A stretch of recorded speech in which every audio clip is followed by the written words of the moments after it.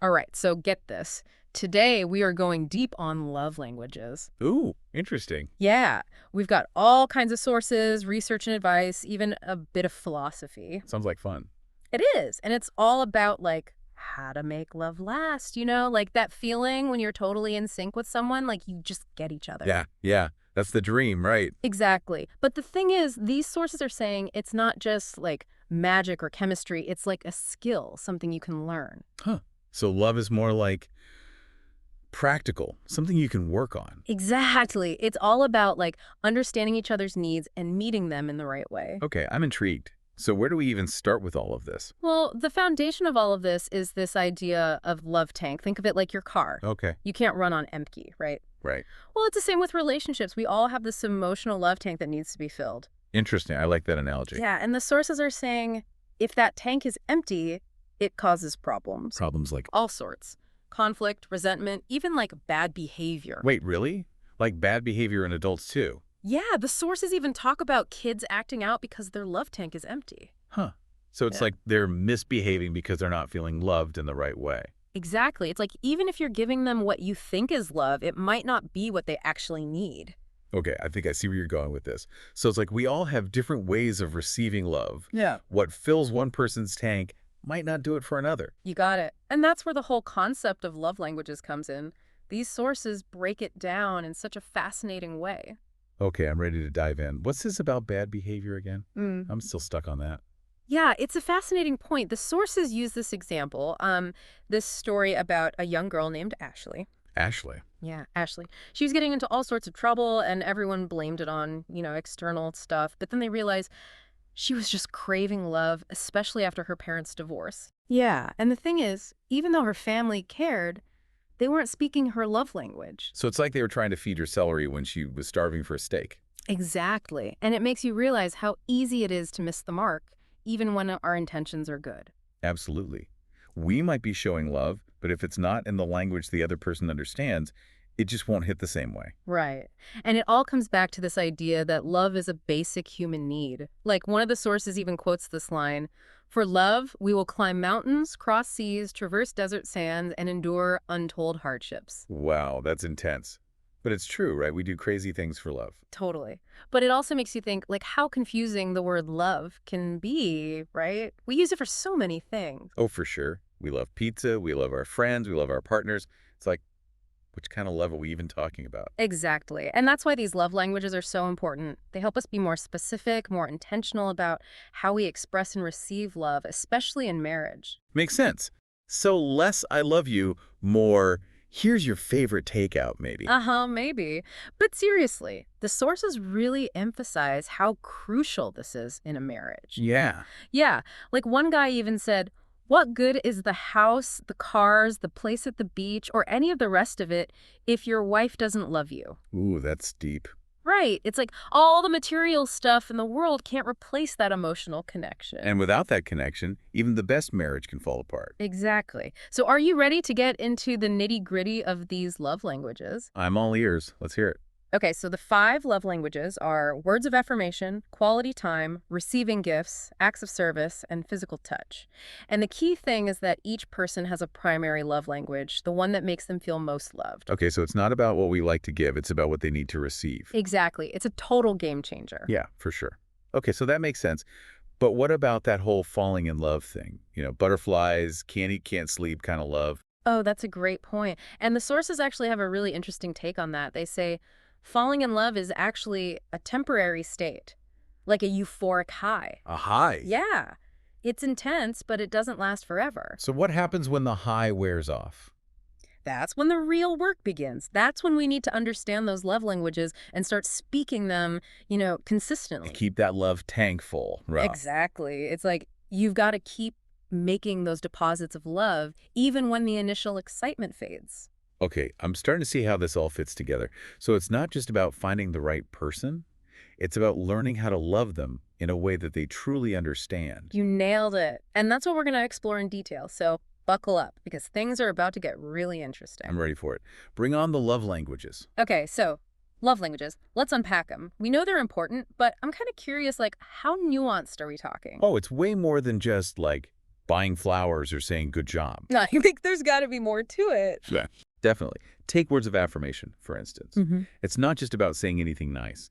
It's about really expressing, genuine appreciation, like for your partner's qualities, what they do. Interesting. I've always liked giving compliments, but I never thought of it as a love language. More like, just being polite. It's both. But for someone whose main love language is words of affirmation, those compliments, they're like gold. Really? Yeah. Like direct deposits into their emotional bank account. Wow. Okay. So what kind of words are we talking about? Well, think like, I love you, of course, or you're amazing, or even just, hey, thanks for doing the dishes. You're the best. Okay. So it's about being intentional, not just like throwing out generic praise. That's it. Really noticing the things your partner does and, acknowledging them. Yeah, makes sense. But what if your partner isn't big on words? What about people who need like connection in a different way? That brings us to quality time, which is huge for a lot of folks. Yeah, I was going to say, I bet this one resonates with a lot of people. It does. And it's often misunderstood. It's not just about being physically there, in the same room. Right. It's about being mentally present, emotionally engaged. So like put the phone down, close the laptop. Exactly. Turn off the TV, that whole thing. Be in the moment. Yes.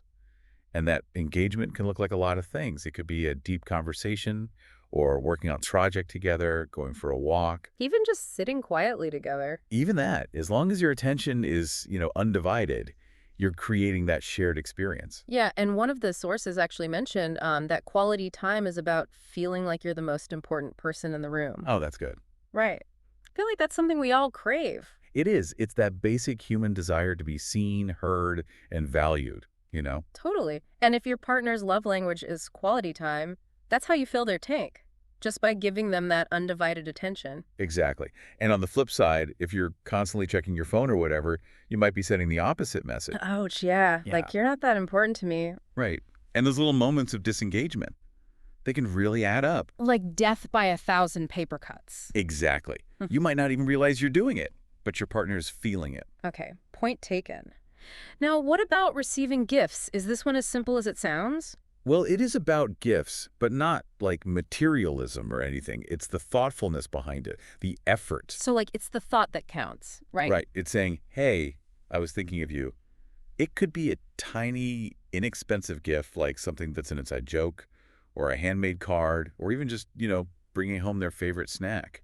It's those little things, yeah. It's those things that say, I see you, I know what you like, and I went out of my way. Makes me think of those mixtapes people used to make, Each song carefully chosen. Perfect example. That's exactly it, curating something special. Okay, I'm getting this. So it's not about being like a mind reader. It's about paying attention. Now, acts of service, this one always seemed less romantic to me, but I guess it can be just as powerful. Oh, absolutely. For some people, this is the way to their heart. Actions speak louder than words, So what, like helping with chores? Yeah, like that. Running errands, fixing that leaky faucet, whatever needs to be done. And it's about taking initiative, right? Not waiting to be asked. Totally. And again, it doesn't have to be some big production. It's the everyday stuff that really shows you care. One of the sources said that for people who love acts of service, it's about feeling like their partner is like actively participating in their life. That makes sense. Feeling like you're a team, tackling things together. Yeah, teamwork. Okay, I'm seeing the light here. Even doing the dishes can be an act of love. All right, last one. Physical touch. This is probably the most misinterpreted, right? Definitely. It's not just about sex, although that is part of it, but it's more about like affection in general. Okay, so hugs, kisses, holding hands. All of that. Cuddling on the couch, a gentle touch on the arm, just physical closeness. And for some people, that's how they feel most loved. Absolutely. It's like a primal need, Think about babies, how touch is so important for them. It's how we first experience connection, right? Exactly. And that need doesn't just disappear when we grow up. It just, evolves. Interesting. So it's not just about like grand romantic gestures. It's the little things too. Totally. A hug hello, a kiss goodnight, holding hands while you walk down the street. Makes sense. I always feel so loved when my partner just holds my hand, like even if we're not saying anything. There you go. That's your love language speaking. Maybe you're right. Okay, but question. Do people usually just have one main love language? Or can it be like a mix? That's a good question. And yeah, the sources do talk about that. Most people have one dominant one, but we can appreciate all of them to some degree. So it's like, you have a favorite food, but you can still enjoy other things. Perfect analogy. Yeah. We might really love pizza, but we're not going to turn down a good burger. Right. So it's about recognizing that our partner might have a different favorite and being willing to, speak their language, even if it's not ours. Exactly. And that leads us to, like, the practical stuff. How do we actually figure out our own love language? And more importantly, our partners? Yeah, that's the big question. And how do we actually put all this knowledge into action? In a way that feels real, like we're not just going through the motions. Okay, I'm ready for Love Languages 201. Bring on the advanced tips. All right, well, the sources actually have some really good advice on that, so let's dive in. All right, so we're love language detectives now, but how do we actually, crack the code? Well, the good news is we don't need to, interrogate our partners or anything. Right. The sources say we just got to pay attention to the clues they're already giving us. Oh, okay. Like what kind of clues? Well, start by noticing how they express love to you. Often, that reflects their own love language. So, if they're always giving me compliments or leaving cute little notes, that probably means words of affirmation are important to them. Bingo. And think about it the other way around, too. What does your partner complain about? Or, request most often? That's a good point. Are they always asking for help around the house? Maybe acts of service is their thing? Or, maybe they get annoyed if I'm not really listening when they're talking. Exactly. Could be a sign that quality time is super important to them. Wow. Okay, so we've been dropping hints all along without even realizing it. It's like a love language treasure map just waiting to be discovered. I love that. Okay, so let's say we figured out our partner's love language. Now what? How do we actually start speaking it? Well, one of the biggest things the sources emphasize is consistency over intensity. Okay, what does that mean?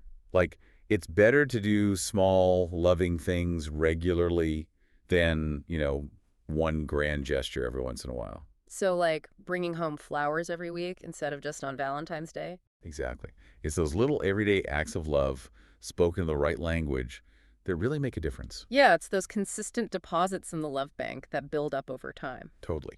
Another key thing is to, really personalize those expressions of love. Oh, wait, how do we do that? Think about their specific needs and preferences. If their love language is quality time, don't just schedule any activity. Plan something they're actually into, Yeah, something tailored to them, not just something generic. Right. If it's acts of service, take over that chore they absolutely hate. It's like going the extra mile to show you really get them. Exactly. And here's another important thing. Don't be afraid to ask for what you need. Oh, good point. Communication is key. It is. Let your partner know what your love language is, what makes you feel loved. And be open to receiving love in ways that might feel, unfamiliar at first. It's like we're all learning to be bilingual in the language of love. Love that. Honestly, it's never too late to start, no matter how long you've been together. So even if you've been married for 50 years. Even then, Yeah. it can totally transform your relationship. I love that. This whole conversation has been so eye-opening. I feel like I have a whole new set of tools for building stronger, happier relationships. Me too. And the best part is, it's not rocket science.